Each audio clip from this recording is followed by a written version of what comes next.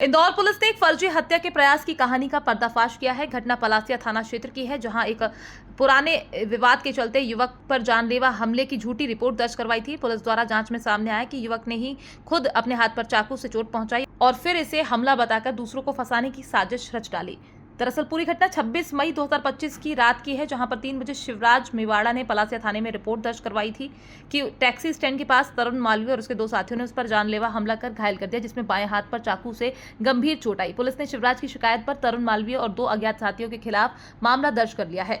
बारीकी से जांच शुरू की गई तो उसमें खुलासा हुआ कि घटना के समय आरोपी तरुण मालवीय शुजालपुर में मौजूद था। इसके बाद फरियादी शिवराज और उसके मित्र नरेंद्र मेवाड़ा से अलग अलग पूछताछ की गई, जिनके बयान आपस में मेल नहीं खा रहे थे। जांच में जब शिवराज का मोबाइल फोन चेक किया तो उसमें पूरी घटना फर्जी पाई गई। फर्जी रिपोर्ट करने और निर्दोष को फंसाने की साजिश को गंभीरता से लेते हुए अब पुलिस शिवराज मेवाड़ा और नरेंद्र मेवाड़ा के खिलाफ झूठी एफआईआर दर्ज करने और साजिश रचने और पुलिस को गुमराह करने के आरोप में कार्यवाही करने में जुट गई है।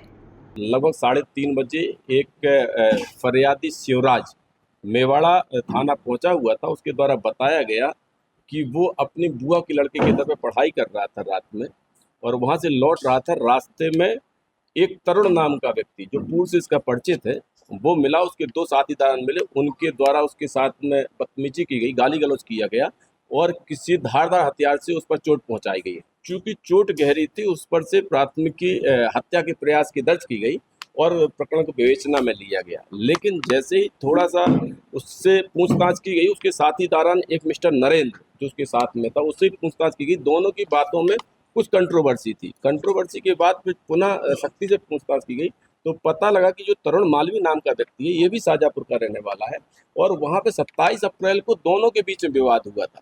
उसमें से नरेंद्र और शिवराज के द्वारा इनके साथ मारपीट की तरुण के साथ में। तरुण के द्वारा वहां पे एफआईआर करवा दी गई थी, तो उसके द्वारा तरुण को फंसाने के लिए ऐसा कृत्य किया गया है।